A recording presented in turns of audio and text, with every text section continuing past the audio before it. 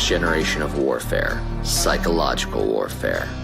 In modern conflict, the mind is a potent weapon. Discover General Michael T. Flynn's groundbreaking guide, The Citizen's Guide to Fifth Generation Warfare. Unlock tactics, strategies, and the mindset to navigate this cognitive battlefield that we all find ourselves in. Equip yourself against manipulation and emerge unscathed. Unleash your potential. Order now.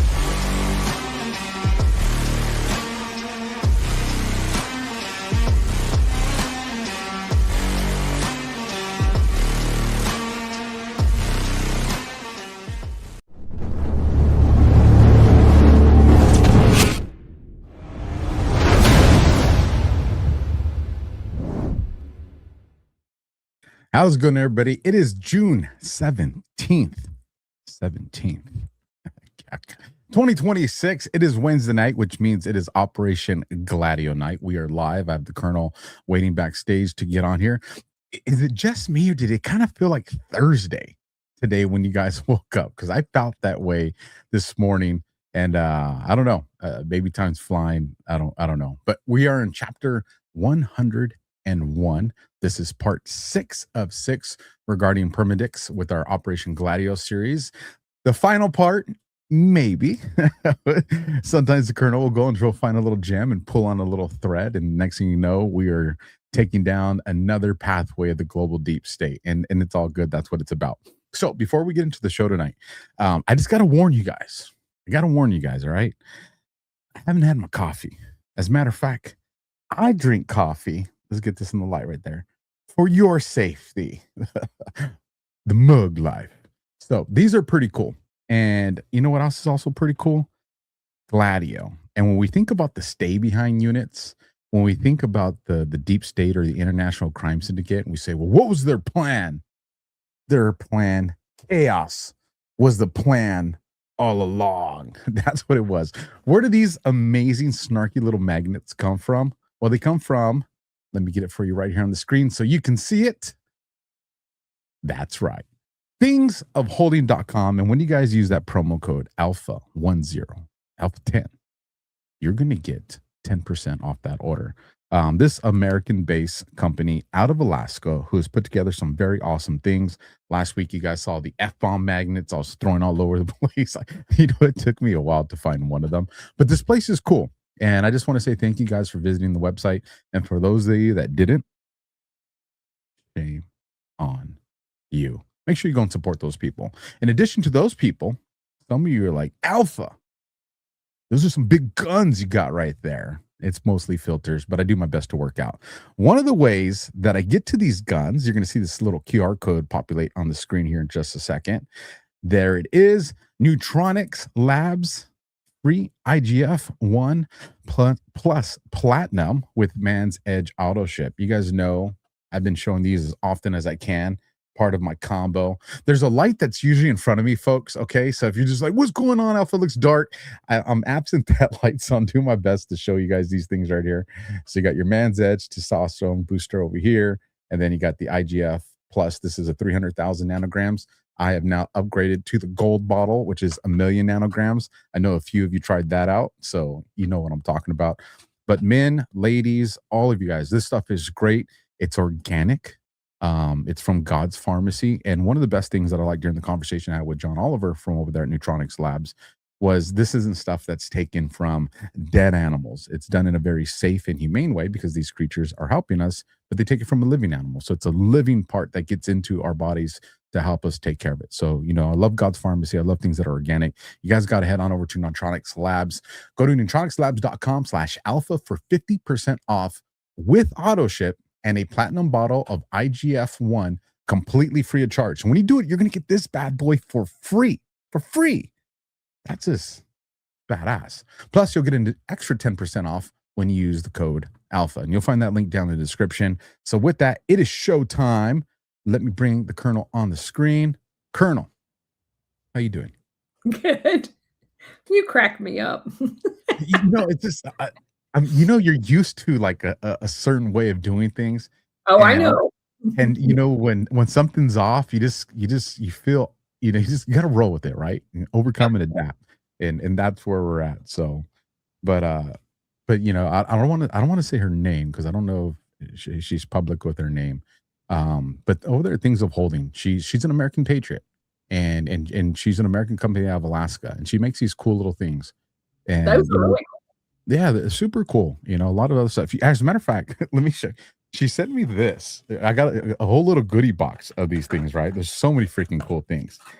And when she sent me this one kernel, I was staring at it, and I was like, what the heck is this? So it's, this little container, and in this little container is a little wood stool, right? So I was like, I was looking, I was like, what the heck? And then I saw that there was a little sticky. So I was like, oh, let me turn this around. And when you turn it around, it reads stool sample. gosh. So I sat there with this thing in my hand, and I was just cracking up. And then it was like, who can I send this to? Like, who can I, where he's like, I hope you enjoy my stool sample. So that's who it's gonna. That's what I'm gonna do. I'm gonna say, open this. He's not listening, so send it to him. I will, and I'm gonna put a little card that says, record your reaction when you open this. That's the deal. But again, you guys, things of holding, go and support that American patriot out of Alaska. Colonel, part 6, Permindex. What's going on? So while I was researching this, and this is kind of emblematic of this whole journey, right? So we'll be years into doing all of this research. And whatever I was researching over the last year, I find researching the next phase of it, something that confirms everything that I found.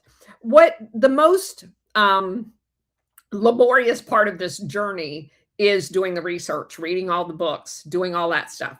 And you cannot find a single book that encompasses all of this material, right? The best place is the AlphaWarrior Show from 100. It's representative of all of my research. And I tell people this all the time. If you want to see the highlight reel, go to Alpha Show. Because I don't have most of this material on my Rumble channel, because anything that I'm researching that I think is the most informational, I save for your show. And I just spent the weekend with some people that I had not ever talked to about Gladio. We spent the whole weekend talking about it. And they had so many questions. And that's kind of the place I go. Go to episode 1, and you have to listen to them all if you want to get to where we're at.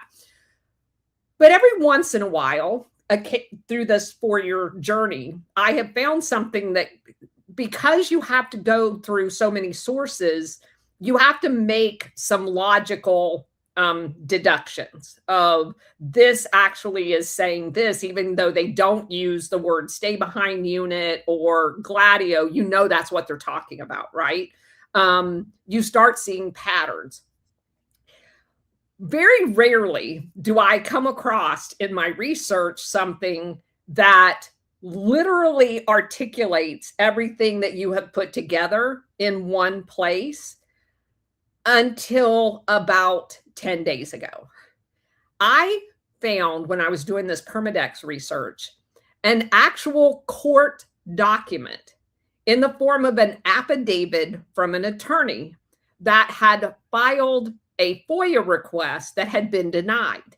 And he was readdressing the denial of the, and for those of you who's watching this, this is all captured in an article that I wrote on X. So if you just go to my profile, hit articles, you're going to be able to tag along with this journey. Or if you want a source document that you can send to somebody, it's there.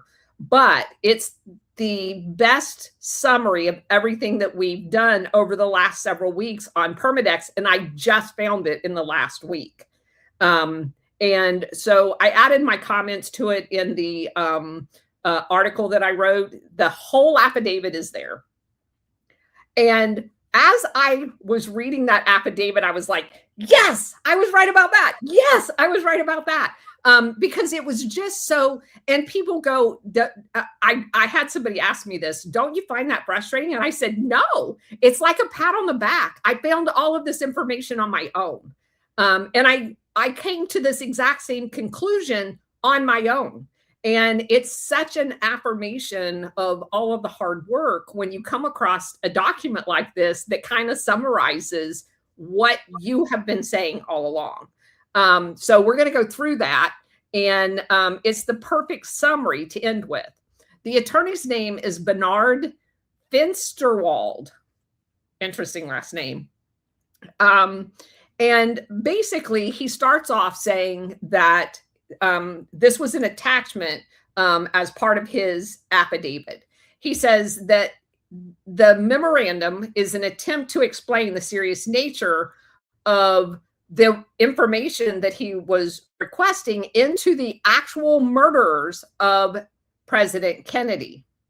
Even at the date that he submitted the affidavit, he felt that it was still relevant because the American people continue to disbelieve the conclusion of the Warren Commission that President Kennedy was killed by a lone nut who basically, we all know what the conclusion was.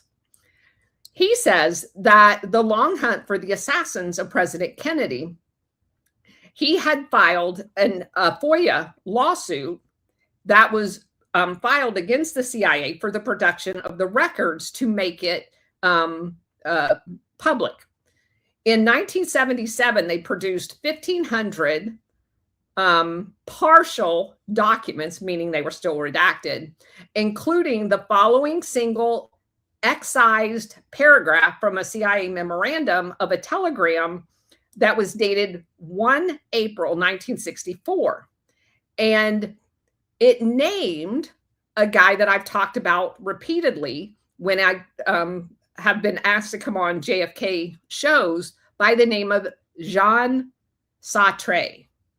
And they make it sound in the document like he has aliases. One of the aliases used was Michael Roux, however you say that in French, and Michael Mertz. The FBI had advised that the French had the legal attaché in Paris and also had queried the bureau in New York City, meaning the FBI, concerning the subject, stating that he had been expelled from the U.S. at Fort Worth or Dallas 48 hours after JFK's assassination. And it was actually that night that it happened. It says that he was in Fort Worth on the morning of November 22nd and in Dallas that afternoon. The French believe that he was expelled to either Mexico, which we've confirmed it was Mexico, or Canada. And why is Canada important? Because that's where Permindex is. It's headquartered in Montreal. In January, he received mail from a dentist. And that dentist was living in Houston, Texas. The subject, meaning the Santerre guy, is believed to be identical to a captain who was a deserter from the French army and an active member of the OAS, which is French Operation Gladio Stay Behind. The French are concerned because de Gaulle's planned visit to Mexico. They would like to know the reason for his expulsion from the U.S. and his destination. Bureau files. Now, we knew this because we found a French reporter reporting this in France. What we didn't know is that the U.S. knew it too. The FBI knew it. They were contacted by France via cable and asked what was his destination. Why was he expelled from the U.S.? They said that they would like a check of our files with indications of what may be passed to the French. The FBI was given a copy of a cable, and he lists the number, previously furnished to the Bureau, together with a photograph of the captain, thus began a hunt for Satie and these other two names, and the possible French connection to Dallas. Then he goes on. He says, in review of what we have discovered in the past few years, let us try to make a single paragraph of a long telegram or memo more understandable. If we make these additions, the paragraph reads, and he's talking about the actual cable. Jean Sautier, also known as Michael Rowe or Michael Mertz, on 5 March, somebody's name who's redacted, of the FBI advised that the French SDECE, which is the guys that were running the French stay behind networks, it's basically their CIA, had asked the legal attaché in Paris, who is an FBI special agent, and also the French intelligence officer attached to the French mission at the UN, which is New York, had queried the FBI New York City office concerning this man, stating, according to French intelligence, that he had been expelled within 48 hours after the assassination. Again, according to French intelligence, and he goes on and talks about the fact that he had been definitely in Houston, definitely in Dallas, and then had been escorted out of the country. He wanted to know by who? The French, the FBI, the CIA. He had received mail. And he goes on and he explains that they would like to know the reason for his expulsion. They also had asked to have contact with the Immigration and Nationalization, INS, which was the Customs and Border Patrol of the day. They would like the CIA to check their records and determine what could be passed back to Charles de Gaulle's staff. The FBI was given a copy of a CIA document, and he lists the number of the document, previously furnished. The FBI, it had been sent to the FBI by the CIA. He wants to know what they said. So he asked a whole bunch of relevant questions, and I'll just read a couple of them from his affidavit. Who was he? According to the lawyer's research, those could have been aliases or his accomplices. Most of the international assassins all had aliases, with documents provided by Portugal's NATO secret army called the Agente Press. Each of them in Dallas, which one of them was in Dallas on November 22nd? Did any of them have a legitimate reason for being there? If an OAS terrorist was involved in the assassination, was it as a mercenary or on behalf of the OAS? And that, I can answer that. It's both. He's a mercenary as part of the OAS. Why did the French wait until several months after JFK's assassination to inform the U.S. of his presence in Dallas? When did they acquire the information? Where did they get the information? When was de Gaulle scheduled to visit Mexico, and did the U.S. reply to the French inquiry? Because we can't find any record of that. Why did they inquire to the FBI as opposed to the CIA? Which is a very interesting question. He says that one of the documents that was provided was released with deletions. What are the deletions? When did the CIA give the FBI, and he lists the number of documents. Where did the CIA get a photo of this assassin? What were the sources? Did the French give them the information? Which French agency inquired to the FBI? Was it the French intelligence? Why did the French not, why did French intelligence in Washington query the FBI? Okay. And then his last question is probably the most important. Why was the whole matter, excuse me, quickly reopened in April of 77. Many of these questions will be answered in the memorandum.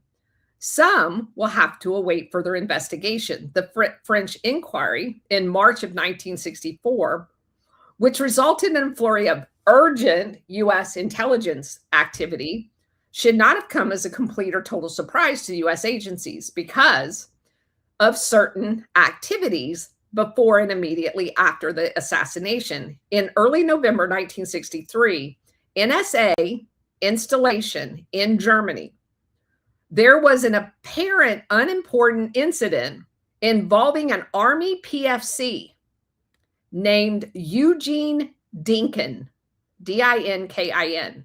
He was a 25-year-old man. Dinkin was a code clerk for the NSA in Germany. He deciphered a foreign broadcast, which was being monitored and intercepted by NSA. One morning, Dinkin ran into an adjoining office and blurted excitedly, President Kennedy was to be killed in Dallas. Excitedly. That's an interesting description right there. When no one would listen to him, he went AWOL to Switzerland, and he told his story to the U.S. consulate in Bern. Now, ironically enough, that's Alan Dulles' old stomping grounds. Probably not the best place to go. That consulate was manned by the CIA. He repeated it to Time Life magazine in Zurich. Who's Time Life magazine? That's Claire and Henry Luce. Where did we find the Zapruder film? In their vault. So again, probably not the right place to go because they were a partner with the CIA. Poor guy. And so as I'm reading this, I will share with the audience, I'm like, oh shit, he didn't go to the CIA. Yes, he did. Oh shit, he didn't go to Time Life magazine, did he? Yes, he did. And so, of course, they're both complicit. No one took him seriously. Eventually, he was arrested and he was taken to Walter Reed Hospital. Walter Reed Hospital, of course, is where James Forrestal supposedly jumped to his death. Other people argue he was suicided. And just like Forrestal, he was placed in a psychiatric ward for 4 months and then discharged from the Army. So what I would like to know is what they did to that poor man during his stay at Walter Reed. He was then characterized as paranoid and discredited completely in America. Make him a 5150, so this way anything he says or any document or report he makes will just be dismissed. Correct. Shady he is. He goes on to say, it is interesting to note that at the time of his outburst, when he was deciphering messages for NSA, the message consisted of telegraphic traffic, which originated with the OAS, which is Gladio, the French secret army, which had been outlawed by de Gaulle, and of which Saté was a member. Equally intriguing are the 2 arrests made by the U.S. Immigration and Nationalization Service in Dallas on November 22nd. An INS inspector by the name of Virgil Bailey picked up a Frenchman at an apartment in Dallas. He believes... Real quick, Colonel, what was PFC Deacon's first name? Virgil Bailey. No, that's the INS. Let me go back. Eugene Dinkin. Okay.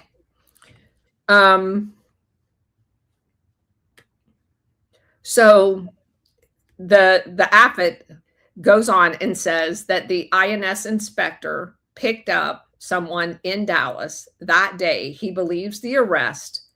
He couldn't remember the exact date. And he also couldn't conveniently remember a lot of the details other than the person was French and that the matter was a top priority. Another INS inspector named Hal Norwood received 2 urgent calls from INS headquarters in Washington stating that they wanted a name redacted. A foreigner picked up immediately. Norwood was very surprised to find out that this person was already in the hands of INS Dallas. He had been picked up on November 22nd as a result of a call by the Dallas police, who had picked him up and also escorted him to Mexico. Norwood could not recall who the man was or why INS Washington wanted him picked up immediately. If indeed there was an OAS terrorist in Dallas on November 22nd, 1963, it should, on thorough reflection, come as no great shock because there's a large pool. This guy, this lawyer, says there were 2,000 to 3,000 unemployed OAS terrorists roaming the world at the time, and they hated JFK with a passion. It must be recalled that the Algerian Civil War, which had been waged for a decade, ended in July of 1962 when Charles de Gaulle granted Algeria their freedom, which President Kennedy was all in support of. This independence had been granted over the most violent terrorist opposition of the OAS, and Otto Skorzeny, by the way, which consisted in large measure of French military deserters who had fought in the Indochina, which means Vietnam, to recolonize it, and Algeria, and who were violently opposed to de Gaulle, quote unquote, giving Algeria away. They were trained in all sorts of mayhem and killed thousands of French and Muslim Algerians. They made over 30 attempts on Charles de Gaulle's life. That's in the affidavit. When Algeria gained its independence, they promptly fled for their lives. As they were persona non grata in France, many of the 2,000 to 3,000 OAS assassins settled in Spain, Portugal, Italy, and South America. Why does that sound familiar? Because Spain is where Otto Skorzeny was running Paladin, which is basically their trainer for all of Operation Gladio terrorists throughout NATO. Where else did they go? Portugal, where a Genter press is being ran by Delachaux, and he was conducting operations all over the world. Italy, we know that Italy was a hotbed of these activities with all of the bombings and killings that was going on in Italy and South America, where they also ratlined all of the Nazis post-World War II. And those Nazis are still very active back in the 1960s at this time. You had Klaus Barbie in Bolivia. You had them in Uruguay, Paraguay, Chile. You had them in Brazil, in Argentina. So they just went where all of their fellow fascists were. And just to remind everybody that times don't change, you have the Democratic Party literally supporting a candidate that has Nazi tattoos. I don't Correct. know if you guys are aware of that. So they're still doing it. Go ahead, Colonel. They're still doing it. So he goes on and says there are 2,000 to 3,000 well-trained available killers for hire. In 1963, they were the pool from which they could hire an assassin, which again, they did over 30 times to try to take out Charles de Gaulle. Next to de Gaulle, the OAS despised Kennedy the most. Why? A little research showed that John Kennedy was one of the staunchest supporters of Algerian independence since the middle 50s. JFK, which I did not know this when he was a senator, sat on a subcommittee for Africa and their independence. And of course, Algeria is in Africa, as is the Congo. And we understand that he was very supportive of Patrice Lumumba. And if you guys recall, we've covered this before, that Patrice Lumumba was killed 3 days before JFK took office. And it was 24 days later before the CIA ever got around to telling JFK that they had assassinated Patrice Lumumba. And the only reason he was even told then is because he was trying to place a phone call to him because they wanted to get together. So, Mr. President, you can't call that guy you like, because we happen to take him out in a very cruel way. Yeah, they boiled him in acid after they killed him. JFK, while he was a senator, had made several speeches about the freedom of Algeria. He squashed every attempt by the CIA and the US military to aid the OAS in their fight in Algeria. He goes on, there are other peripheral events which bear on this matter. When President de Gaulle, insisted on coming to Washington for President Kennedy's funeral, strenuous attempts were made, but failed to talk him out of walking in the funeral parade. There was no assurance whatsoever of his security. In fact, French intelligence had confirmed that an OAS group set out from where? Montreal, where Permindex is, to kill him. And remember, Clay Shaw, the guy involved in New Orleans, is a founding member of Permindex. And the purpose of the OAS visit was to assassinate de Gaulle in Washington. This team, according to this lawyer, not only was real, they were actually intercepted in the United States. When Charles de Gaulle visited New Orleans on May 3rd, 1963, which I didn't even know he did. This is the first time when I found this affidavit that even mentions this visit. There was a plot against his life by OAS sympathizers, all of which has been confirmed by one of those sympathizers.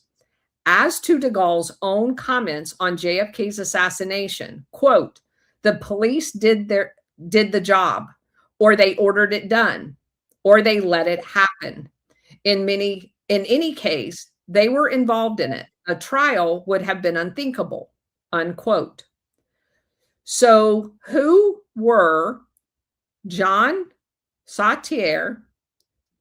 Were these other people, Michael Mertz or Michael Rowe, different people or just aliases? The affidavit goes on. They say Sautier's full name is Jean-René Marie Sautier. He was born on October 15th, 1930. According to Justice Department source, Sautier had used as many as 11 aliases. Among them were those two names. Just because he used those as aliases doesn't mean they're not real people.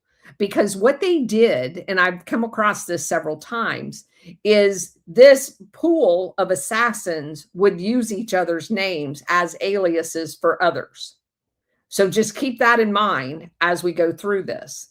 It doesn't mean those are not real people, and it doesn't mean that they weren't all in Dallas, but they use each other's names as aliases because some of them looked enough alike.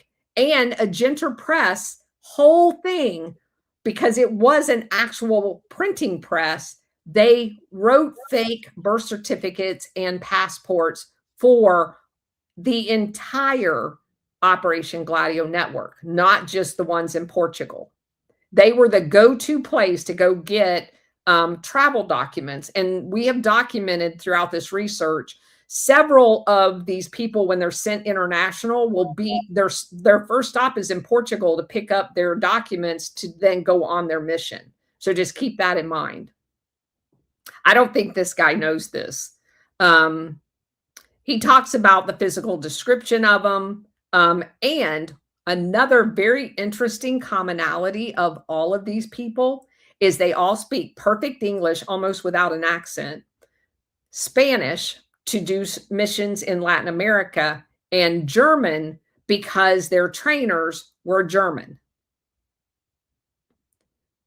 Sautier, the affidavit goes on, had 3 wives.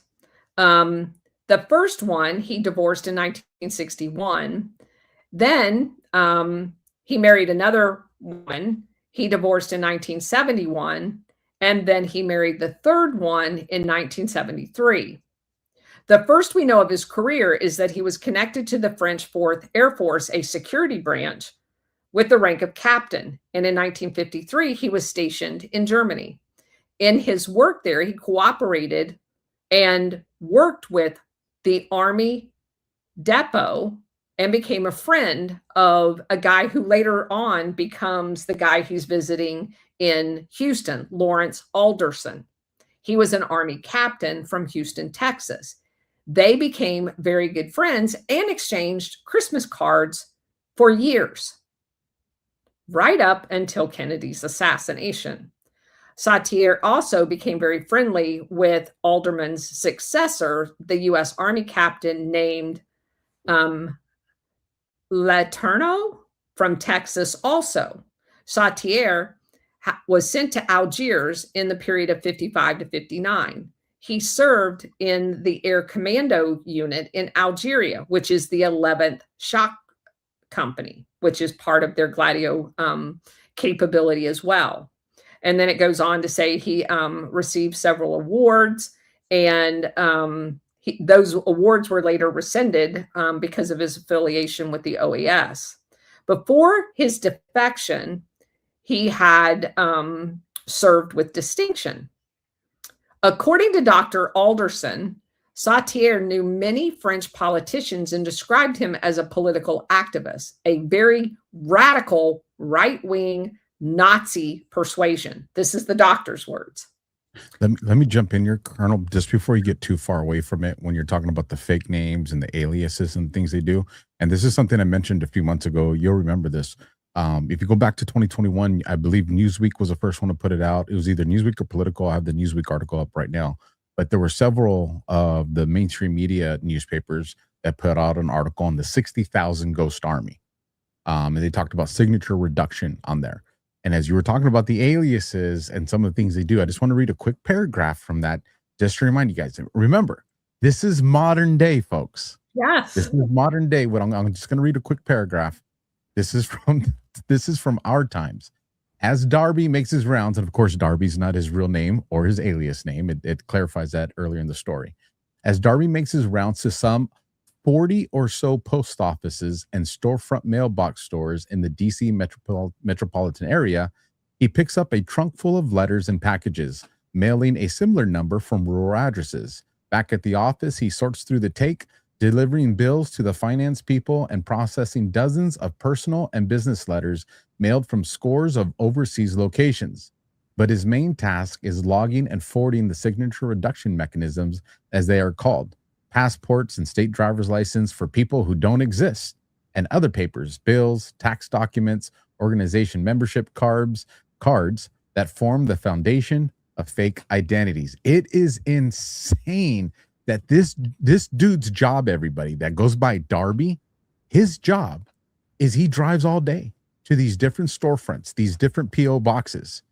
And he's the guy that makes sure that all the fake people's identities out there, their credit cards are paid, their online memberships are paid, because there's literally a guy to make sure that the fake identities continue to appear real in the world where they operate.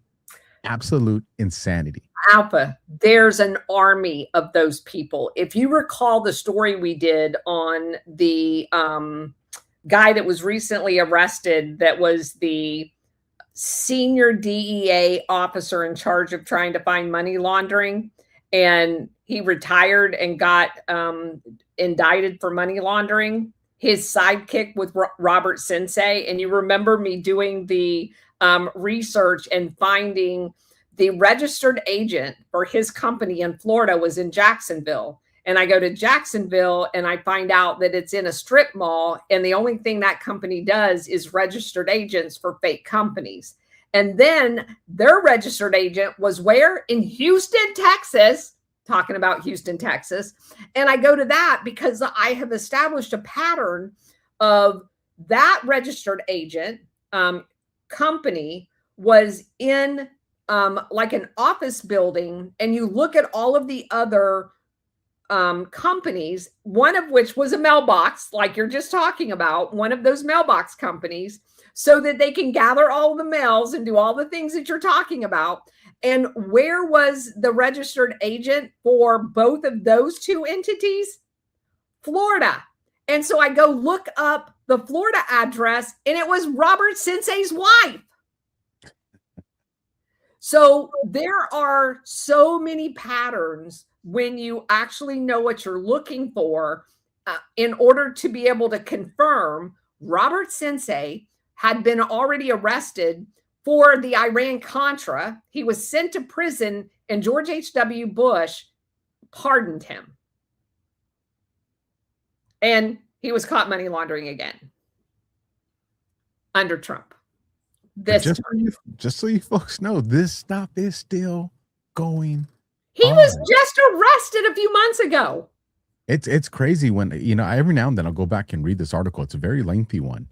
And the reporter that's with this, Darby guy, they're like, he takes off the magnetic license plate to put on another magnetic license plate, and granted, those license plates are probably going to get tossed because he knows that the reporter's seen them and probably documenting them. But it's wild. And I agree with you. There's an entire probably unit. Yes, there is. It's written about in books. They have an entire division that does nothing all day at the CIA but to create. That's why I laughed when they said all of the hoopla of that guy that came with all the fake identities was found with the gold bars. I'm like, what are you guys talking about? They just saved them some time. He already has his fake identities. Well, yes, but and to that point, you guys really believe that he got past the DOJ's vetting process? Hell no. Anybody that's gone through even the low-level security clearance, not even, you get into top secret. He didn't go through a DOJ one. He went through the CIA one, and they're very different. There's no fucking way he got through the CIA one. There's not. What it is somebody called Darby and said, hey, Darby, you ain't going to P.O. Box 17 anymore. That one's been And when the Darby no longer is doing your work for you, you're gonna get caught. The dude got sold out. He got sold out. That's what happened. Yes. And there isn't some super secret thing that no one knows about in the CIA. It could have been reporting to the former CIA director and got discovered by the current CIA director. And that information was passed on in order to arrest him. And I also have pointed out multiple times, I want a DNA because gold has a fingerprint. I want a DNA comparison between the gold found in his house and the gold that was found in Menendez's closet. Can have a lot of because I'm going to bet it's from the same gold stash. And he's just the guy in Washington, D.C. that pays the politicians off with their Rolex watches or gold bars. Yep, I'm with you. Okay, so continuing on. He goes on to talk about his Satier's involvement in Algeria. We don't need to rehash that. But it does say that he had taken a handful of his people with him when he deserted from France after he was recalled from Algeria. And it says, toward mid-February 1961, 2 political tracks appear in Algeria. And it says that there were the work of Satier and another guy by the name of Andre Boise Montpentro, who had formed basically their own little deal. And they name a bunch of people. It's not important to the story, but it basically says all of these people were arrested for inciting an armed resurrection. And this is after the Algerian War. So he was still very active.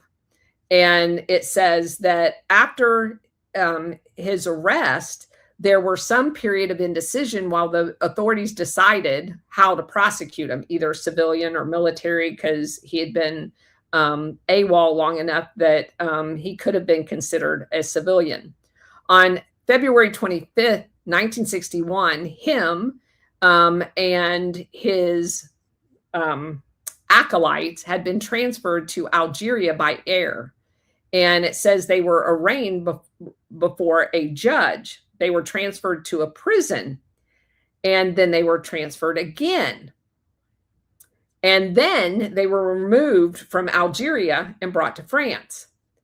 And before, let's see, around April 1961, they were transferred again, quote unquote, for security reasons.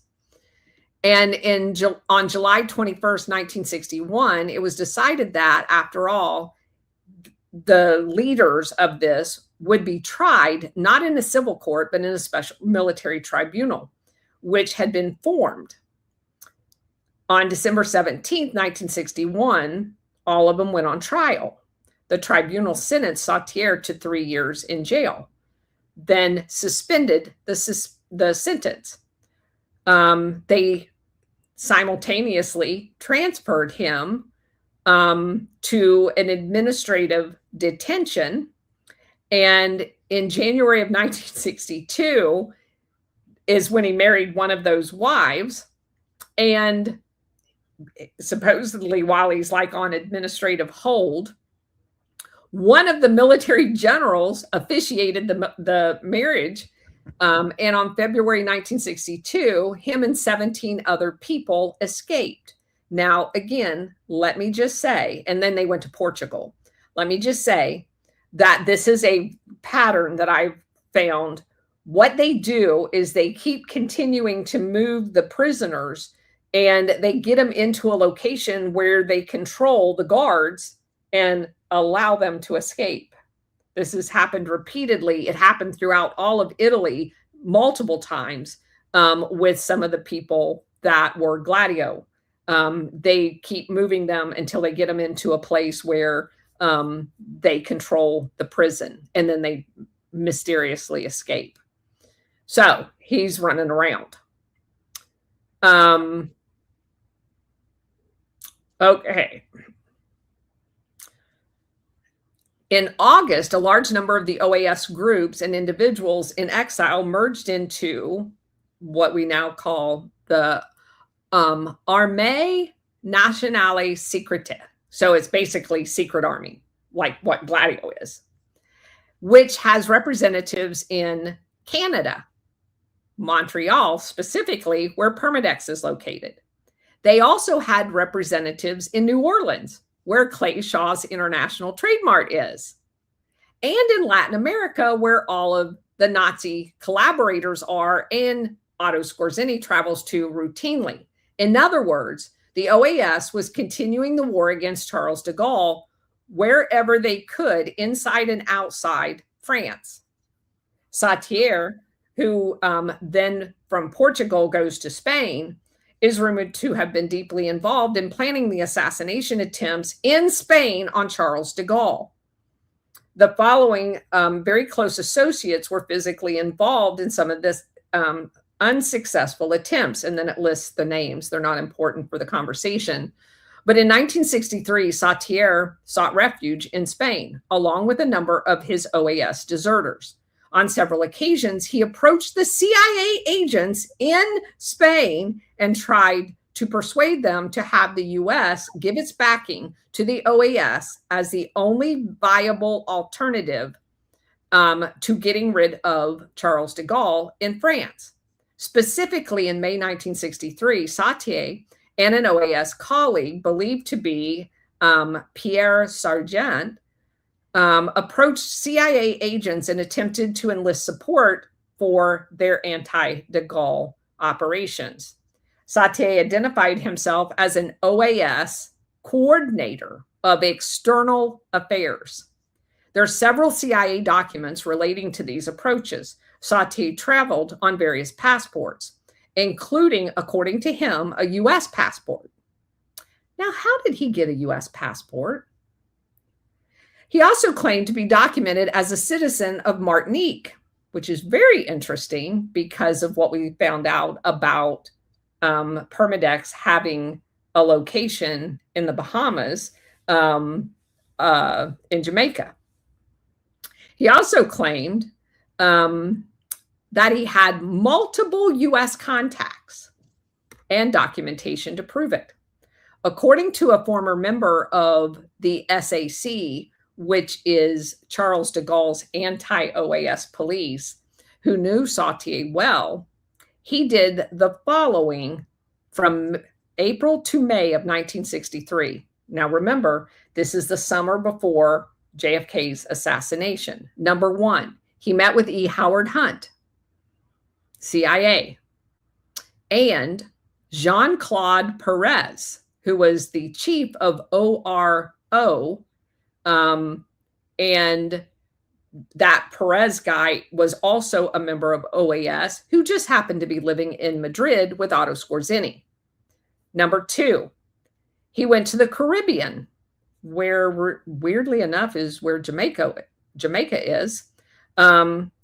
He also was referred to by Operation Charlotte Corday, which was an assassination attempt organized by Lieutenant Colonel Jean Bastien Thury, who was also an OAS member, that aimed to kill Charles de Gaulle, president of France. The attack was carried out on 22 August 1962. There's a book that documents all of that, if you guys are interested, called De Gaulle Must Be Killed. It was published in 2002. Three, he went to New Orleans. Satie was in New Orleans in April and May. And he met with Carlos Berenguer.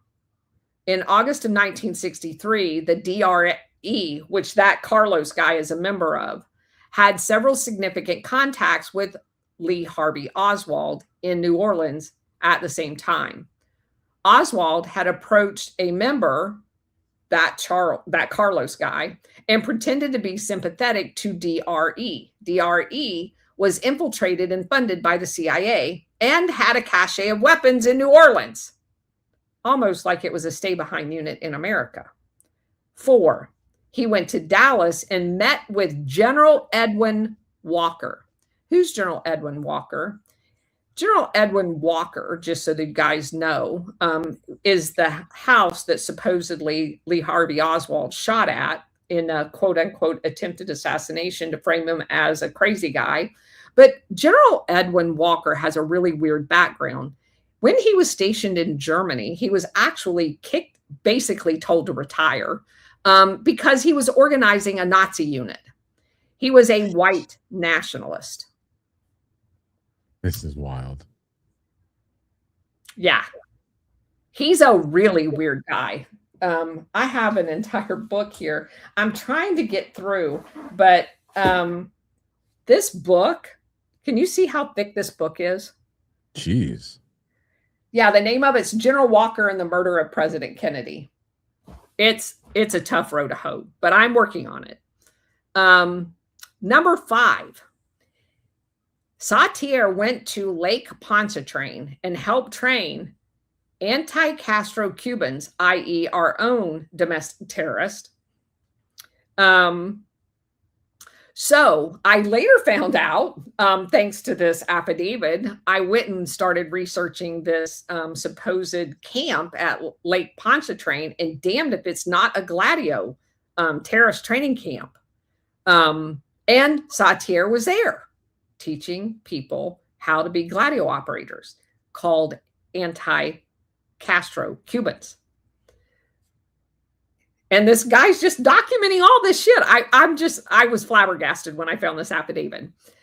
It is not, back to the affidavit, it is known in any event that during this period, he had many contacts with anti-Castro Cubans, which is basically our Gladio. It is also known that he visited Spain in July of 1963, which is, of course, headquarters of their master planner, Otto Skorzeny. If, as French believe, he was in Dallas in November of 1963, the reason is unknown. Well, of course, we know what it was. On March 5th, 1964, INS searched its files on Sautier and said they came up with nothing on him or his aliases. However, as of that time, the CIA had both a file on and a photograph of him. It is also known that in late winter, presumably because of de Gaulle's upcoming visit to Mexico, the French had put out a worldwide all-points bulletin on him. The query of the FBI in Paris and in New York was part of that attempt. So how did the FBI not have any information on him when they were actually asked by the French government to find him? In the period of 64 to 66, Sautier headed a society with a weird name in Madrid, where Otto Skorzeny is. It said that it was furnishing work and cover for OAS veterans and exiles, you know, because he's closely related to Delachey in Portugal. So he's the guy that's coordinating all of their documents out of Agenter Press in Portugal, where he had just been located.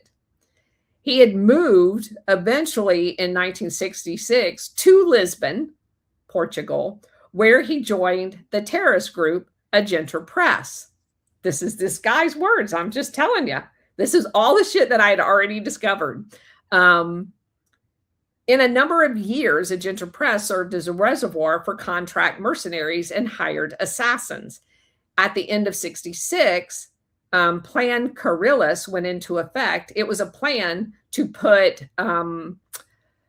Tshimba back in power in the Congo. This also involved the CIA and NATO intelligence for a third time. He had already been in power twice and was kicked out of office by the indigenous people. That's who the CIA wanted to be running the Congo. Agenter Press had been deeply involved, and its head, Garin Sirac, placed Major Sautier in charge of recruiting mercenaries. Sautier was using an alias called Eugene Constant. He was recruited and brought to Lisbon, a group of 50 mercenaries, mostly French and Belgium. In the summer of 67, Sautier and company were given papers by the French, Portugal CIA. It's called PIDE. And they embarked to Angola. What was going on in Angola? We were trying to secure Angola that was in the middle of a civil war because they're next to the Congo and they had a bunch of uranium, gold, and diamonds. And Otto Skorzeny was involved in that as well. It was planned that they were going to be parachuted into the Katanga province of the Congo, which I think at the time it was called Zaire, and then go across the border into Angola to engage in their CIA-inspired civil war. Unfortunately, days before the planned drop, Tshimba was kidnapped and imprisoned in Algeria, where he died.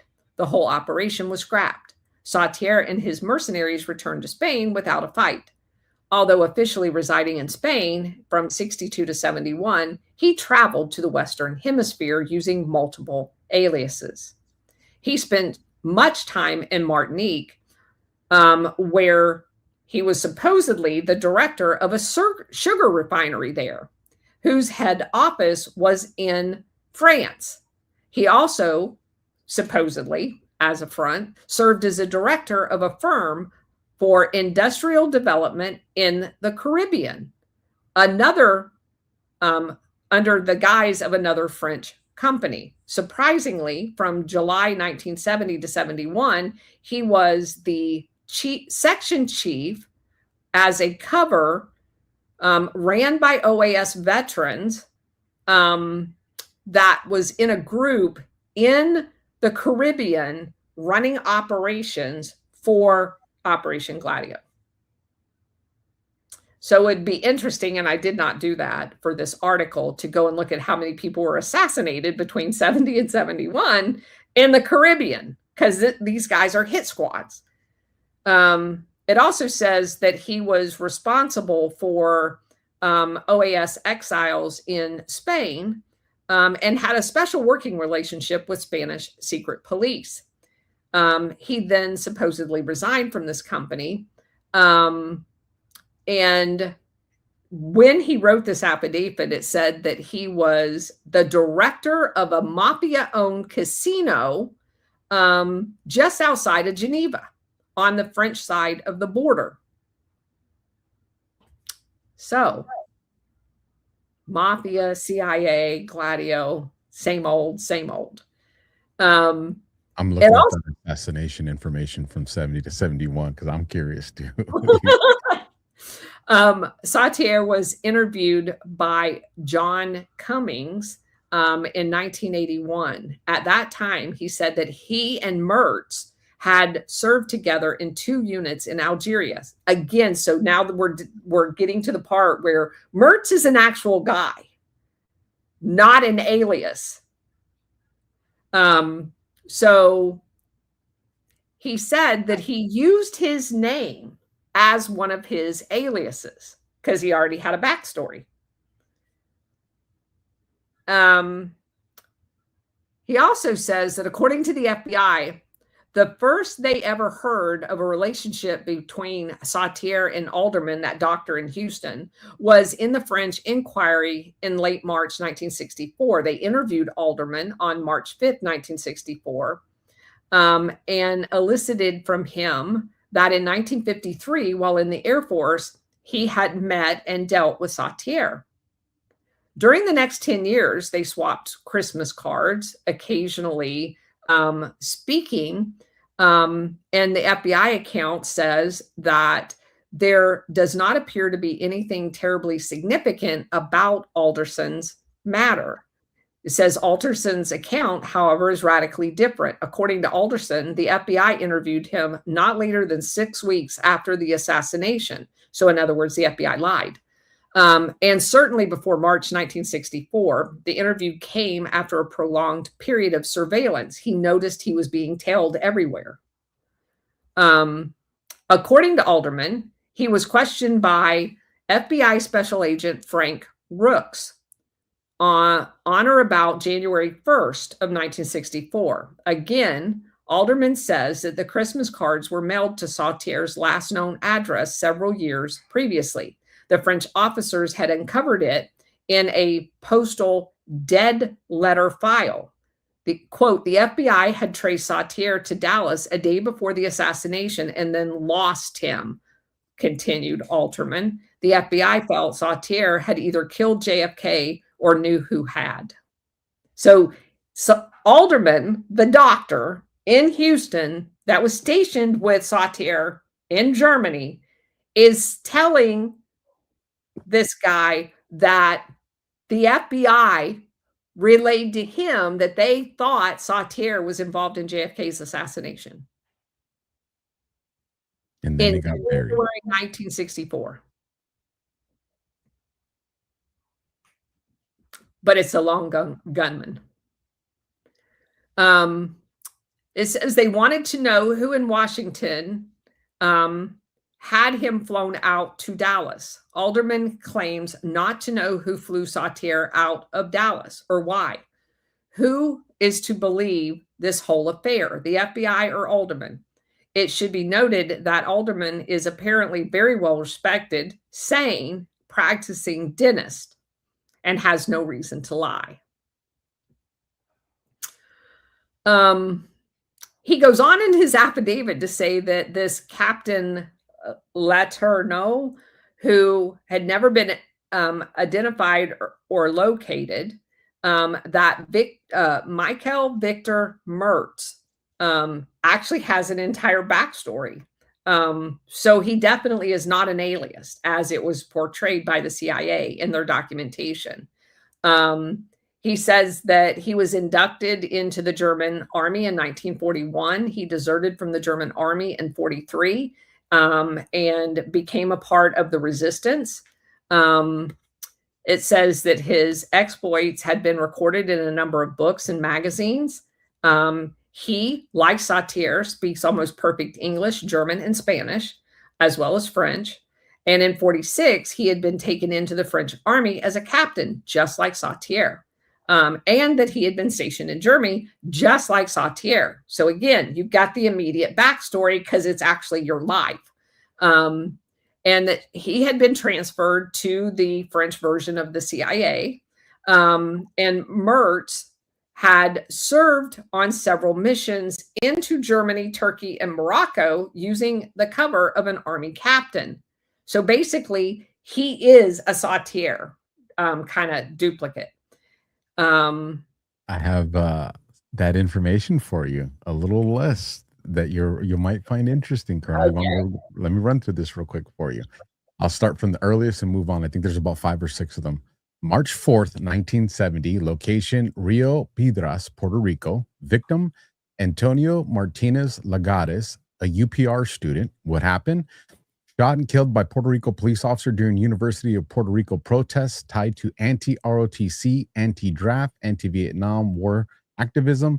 Puerto Rican sources commonly describe it as an assassination or political murder. April 6, 1970, Port of Spain, Trinidad and Tobago. Basil Davis, Black Power, NJAC supporter, shot at point-blank range by police officer Joshua Gordon at Woodford Square. His killing became a catalyst for the 1970 Trinidad Black Power Revolution and is remembered as a political martyrdom. March 4th, 1970, Old San Juan, Puerto Rico, 2 U.S. sailors. A Puerto Rican independence-linked armed group, Comandos Armados de Liberación, is reported to have carried out an execution of 2 U.S. sailors as retaliation for Antonio Martinez's killing. This is more accurately a political killing terror attack than a classic assassination of a public official. And then the last one's here.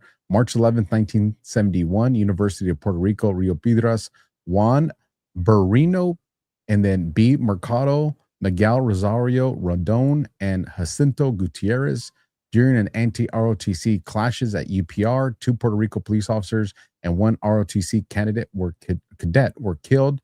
Some pro-independence narratives later framed the police thus as political executions, but neutral reporting threats is as deadly riot confrontation. And then the last one, August 5th, 1971, Manacas Prison, Las Villas in Cuba. Aurelio Acosta y Garcia, political prisoner. The Inter-American Commission on Human Rights case records a 1971 communication denounced the violent death of political prisoner Aurelio Acosta y Garcia at the hands of guards in Manacas prison. The commission later presumed the reported events confirmed after Cuba did not answer the request for information, and then won, but it was a failed attempt. This was 1971. It was also Trinidad and Tobago. Theodore Guerrera and Lieutenant Commander David Bloom were the intended victims. During the fallout from the 1970 Black Power uprising and Army mutiny, militants connected to what became Nuff Wolf shot Theodore Guerrera, prosecutor in the mutiny court-martial, and Coast Guard Commander David Bloom. Both survived, so these were attempted assassinations, and they were not successful. 1970, 1971. That's a lot. And they are all attacking leftists, per se, of what the CIA would refer to as leftists. Yeah, very interesting. I bet you digging deep into these guys pop up in those scenarios. Those nexuses will be there. Yeah, I wouldn't doubt it at all. Okay, so back to the affidavit. This Mertz guy, he further identifies the fact that he is married. Oh, and he's a drug smuggler. Smuggling narcotics between France and Canada, Montreal. And he also was caught, he was known to smuggle drugs into the United States, all with Gladio affiliations. In 1960, Mertz got heroin from both Italy and the French Corsican mafia to smuggle into New York, where it was distributed by Orsini people. And on March 11th, 1961, he sailed into Liberté from some, I don't know, La Harbe to New York with a load of 220 pounds of French heroin. In April 1961, he had made a whole bunch of money smuggling heroin and was intercepted when the good element of the French intelligence agency had wanted to use him. Evidently, they got blackmail material on him. So he's brought back to France, and they did whatever they did to him, and then has him infiltrate the OAS. Now, he's a member of the OAS, but somehow they turn him. He was sent to Algeria, and he appeared to be an OAS sympathizer, combatant, and then he supposedly was sent there on an official French government by de Gaulle. Then he faked a desertion and joins the OAS fighting force there, comes back and rats them all out. And on June 2nd, 1961, he's taken to an OAS detention camp. And in that detention camp, he finds out about them orchestrating assassination attempts on Charles de Gaulle. And he's taken out for like his court martial and all this other stuff. And while he's supposedly being prosecuted, he's ratting all the actual OAS guys out. So they turned him.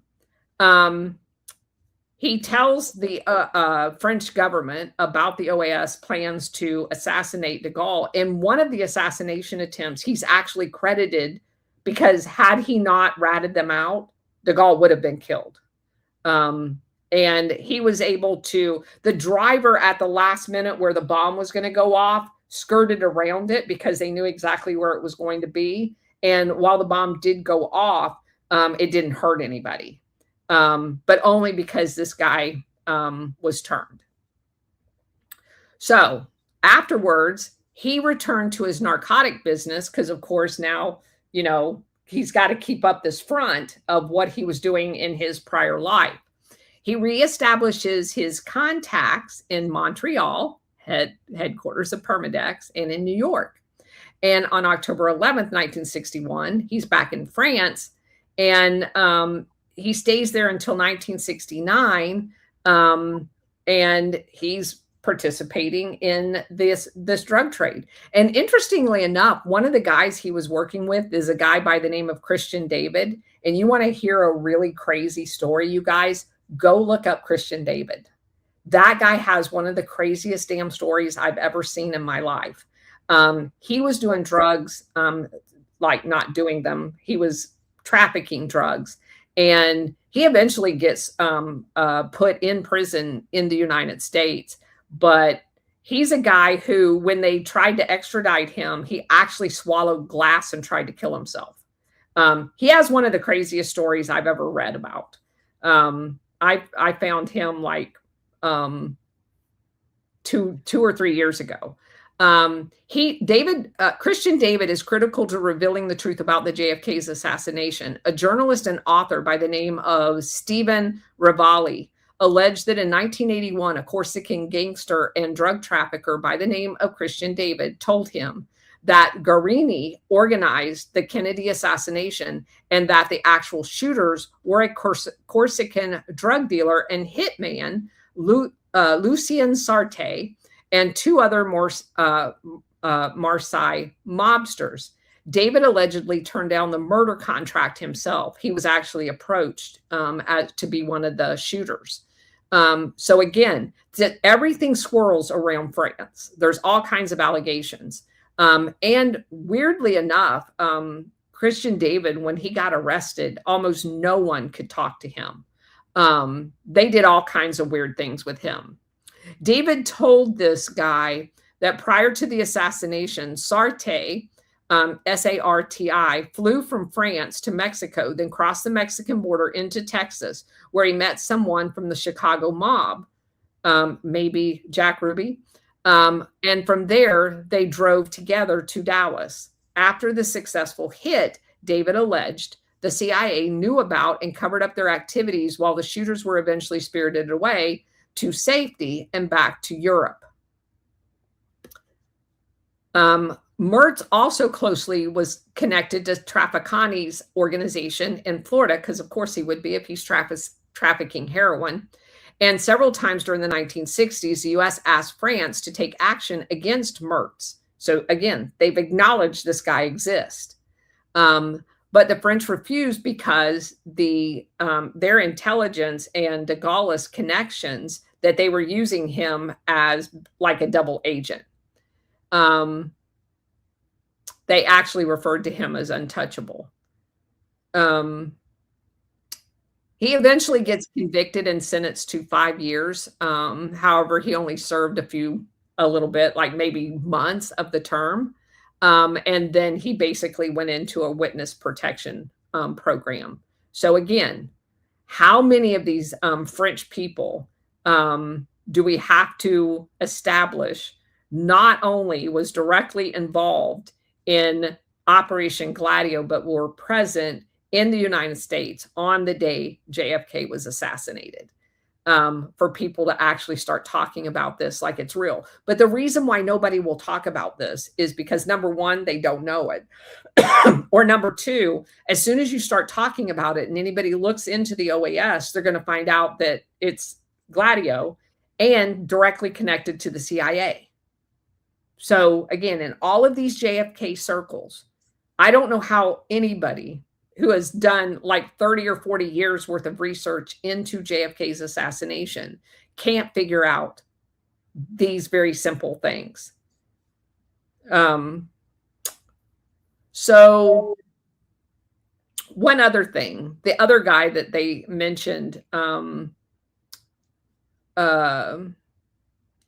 the Roux guy, Roux. Now, again, that's a real guy too. He was listed in French documents as being in the French army, OAS. According to the guy, he says he doesn't know. There are other documents that says he was, and that he has the same thing. He speaks fluent English, French, German, and Spanish. And also it says that there's a common thread between all of these because they have all obviously worked together with the French OAS. In October 1963, he was serving at a hotel where in Paris, which again is where NATO headquarters is at this time. He became friendly with 2 American tourists from Fort Worth, whom he escorted around Paris.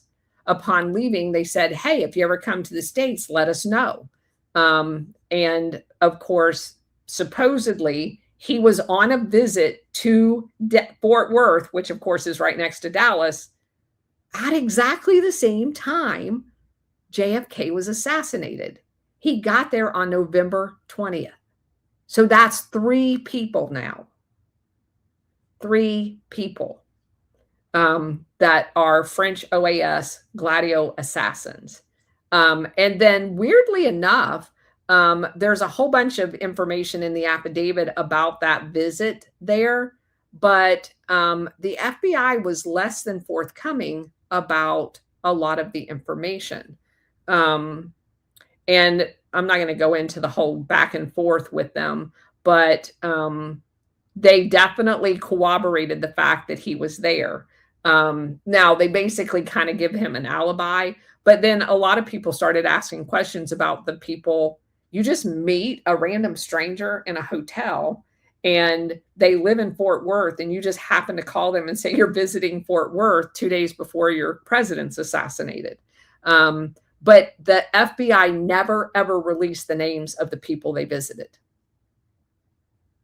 The 2 supposed strangers in the hotel. Never have their names been released. Well, here's one that's part of the JFK files released to go to Jean Sutri, or Rooks, however you want to say it. Letter of it. I'll zoom in, make it a little easier to see. This says 2023 release under President John F. Kennedy Assassination Records Act of 1992. And then it says right here under the subject, VYS word request for documents on John Rene Sutri, aka Michael Rokes, OAS captain. So it's kind of interesting that it does reference him as an OAS captain there. And it says action required, confirm declassification and availability of documents. And it says this information is being requested on behalf of certain unnamed magistrates in Mulan. VYS words or VY swords, specifically asking for the availability of the following. And then, of course, you have the Jean Roux information that's on there. So they make it sound like it's all the same people, and there's 3 different people. Those are not aliases. They're just 3 and different that's people. the point that I want to make to everybody, so that you know those are 3 verifiable different people, all French assassins associated with OAS. But this way, if you catch one, you think you caught all 3 because of the aliases, and 2 are still going to be able to run amok. Yes. Yes. Diabolically genius. It is diabolically genius. I agree. Okay. So he goes through the whole Rogues, whatever you call his name. There's like several paragraphs basically proving that is a separate person. And the bottom line to this is that we know unequivocally now, thanks to this guy's affidavit and subsequent research into some of the new pieces of this that I didn't know about, that I found in this affidavit, that those are 3 verifiable different people. They were all present in Dallas. And again, I can only suggest that you guys, if you want to know more about it, go read the entire article because it's fascinating, the extent to this. And what happens in his affidavit, he also mentions after 1966, when the World Anti-Communist League was formed, a more formal worldwide linkage was forged. Among a great number of others, there were a few Americans and other friends of Wackel that were of interest, the Anti-Communist League of Caribbean. And you know who was a member of that? Guy Bannister. Guy Bannister, the FBI guy. That was from Chicago. There were Alpha 66, which is a Cuban exile, was a member of Wackel. We know we've talked about the ABN, which is the people from Eastern Germany, Agenter Press, financed by Wackel, the Palatine Group, which is Otto Skorzeny, Edwin Walker, the general that we just mentioned about, was part of Wackel.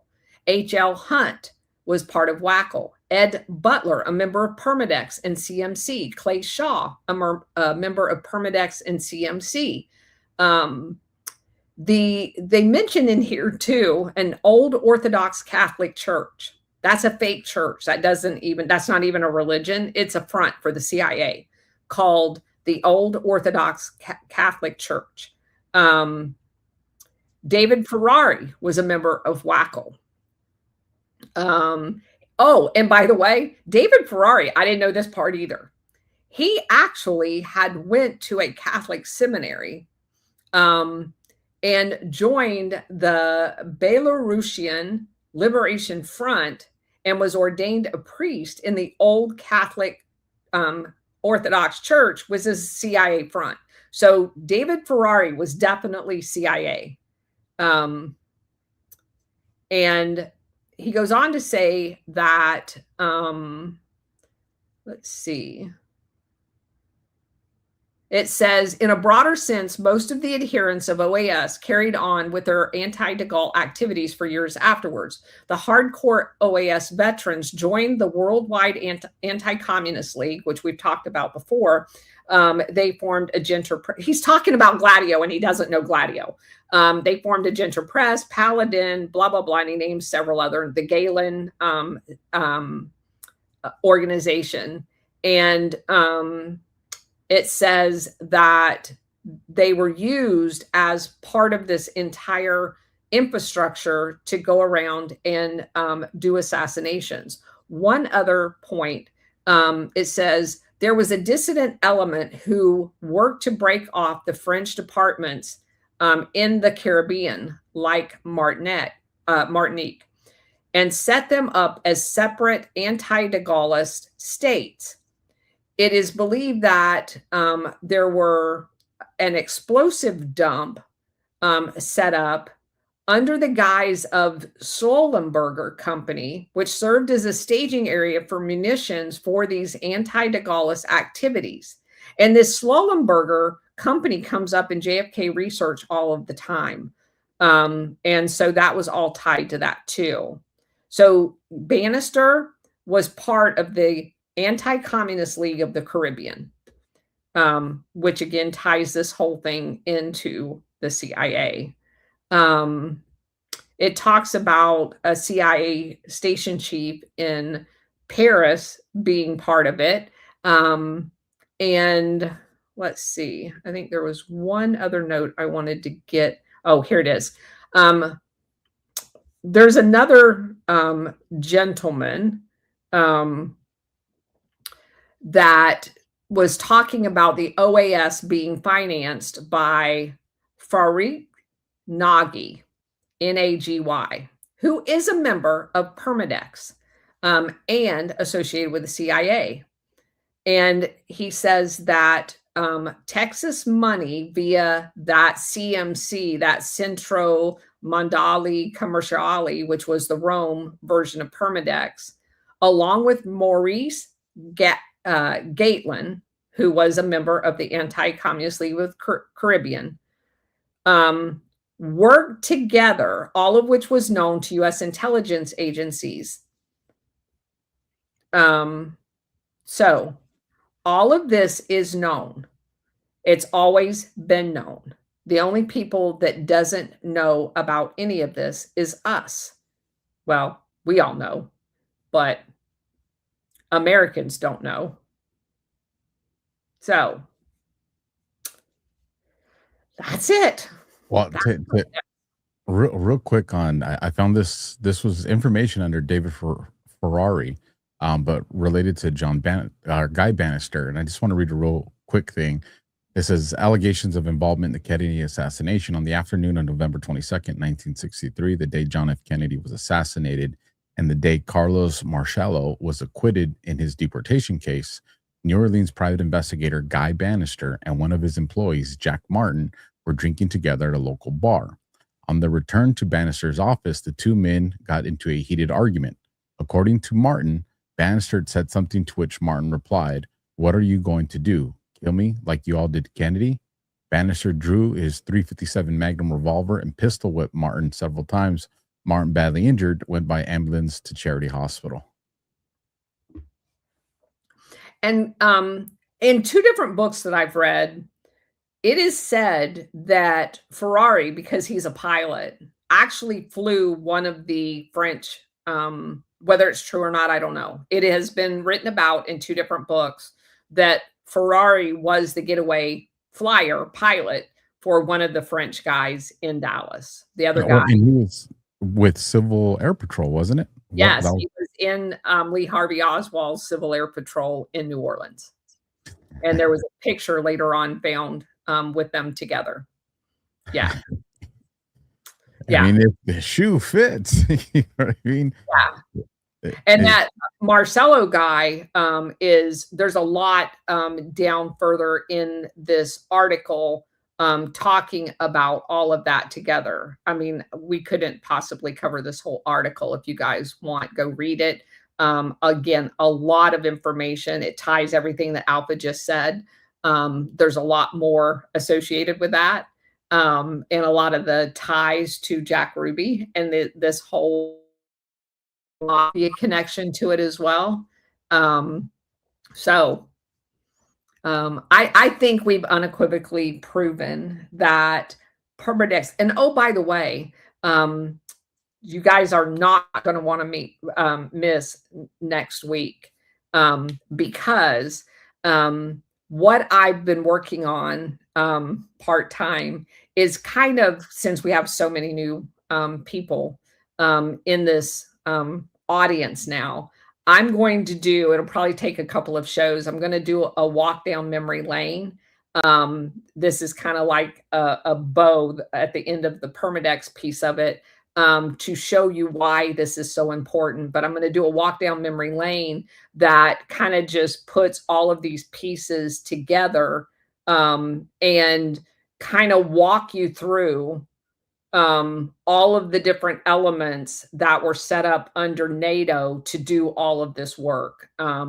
It's been a long time since we've talked about some of the other chapters. Obviously, we spent a lot of time on OAS. There's so many others. And we're going to do kind of a walk down memory lane over the next couple of shows. There's enough material there to probably do 2 or 3 shows. That basically is just Gladio at a high level. Well, then that is perfect timing. So I will give a little insider information. I was actually, Colonel, if you don't mind just sticking around after we get in through the last ad and the exit outro, I want to show you something. I've been working on some new artwork and theme for our Gladio series, to just make it more specialized. And so I think you guys will definitely enjoy the aesthetics of Operation Gladio moving forward. So that lines up perfectly, because it should be ready by next week. So you guys can all take a look at that and kind of personalize, the show that we do on Wednesday to that. So I hope you guys do enjoy that. But Colonel, for those that do want to get more of your information and the stuff that you do and anything you got coming up, please let Friday, you know. You guys are not going to want to miss Warhamster and I show. We're going to talk about, hold on just a second. Warhamster, I don't know where he found these, but he found 2 of the coolest videos I've ever seen. We're going to open the show one and close it with one. But we've been going back and talking about the Fabians, and they're so relevant to today with all of the stuff that's going on. But we're going to talk in depth about Keynes, the economist, and Hayek. Hayek is the one that everybody forgets about. But you guys will love the video. There's rap music involved. It's hilarious. Yeah, so you definitely, that's Friday at noon East Coast time. You're not going to want to miss this. And then my normal 4 o'clock show every day. We're going through this book called The Medusa Files. And Alpha, I know you don't have time to watch all of my 4 o'clock shows. This is devastating. This is all about them repeatedly experimenting on military people, starting with the Unit 731 and the Nazi scientists that they brought over here at Camp Dietrich.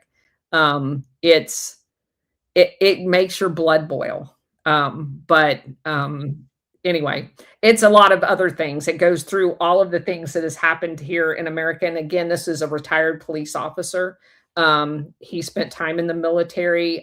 He spent like 30 years between active duty, Guard and Reserve.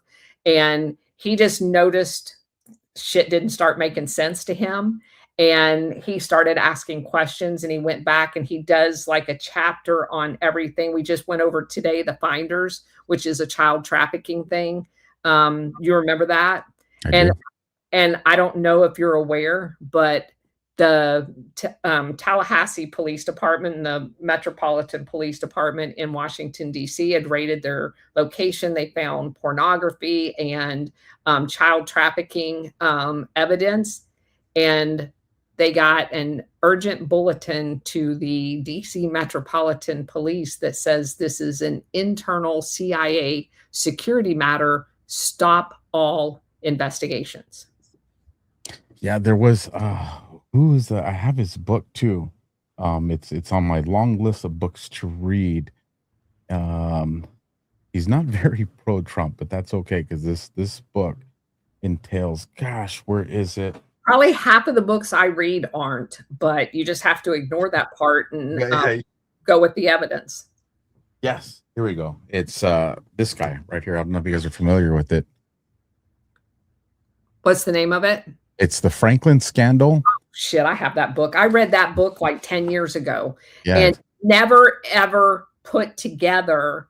And the Franklin Scandal is in here as well. Yeah, I never put those things together until obviously I learned about Gladio. It's wild, folks. Go and watch those shows. Know what everybody else doesn't know, and be able to see things with your Operation Gladio glasses on. So with that, folks, last ad, and then Colonel, stick around so I can show you something real quick. I'll be quick, I promise. You guys do us a solid. If you haven't done so already, push the heart, smash the thumb, leave a comment, go subscribe. Colonel's links are down in the description as well. No matter what platform you're watching on, Facebook, YouTube, X, Substack, we're all out there. You guys help us spread the word. We'll catch you guys on the next one. Good night. God bless and simplify. Science proves that a healthy immune system is the body's first defense against the smallest of ailments to the most catastrophic. Coriolus versicolor is the most sought-after, all-natural supplement for both humans and pets to help boost the immune system. There are over 400 studies worldwide on its effectiveness in humans, including Sloan Kettering Cancer Center, MD Anderson Cancer Center, and now from the University of Pennsylvania School of Veterinary Medicine. Together, we can help reverse this terrible tide now plaguing your loved ones and give them the immune-boosting supplements that they need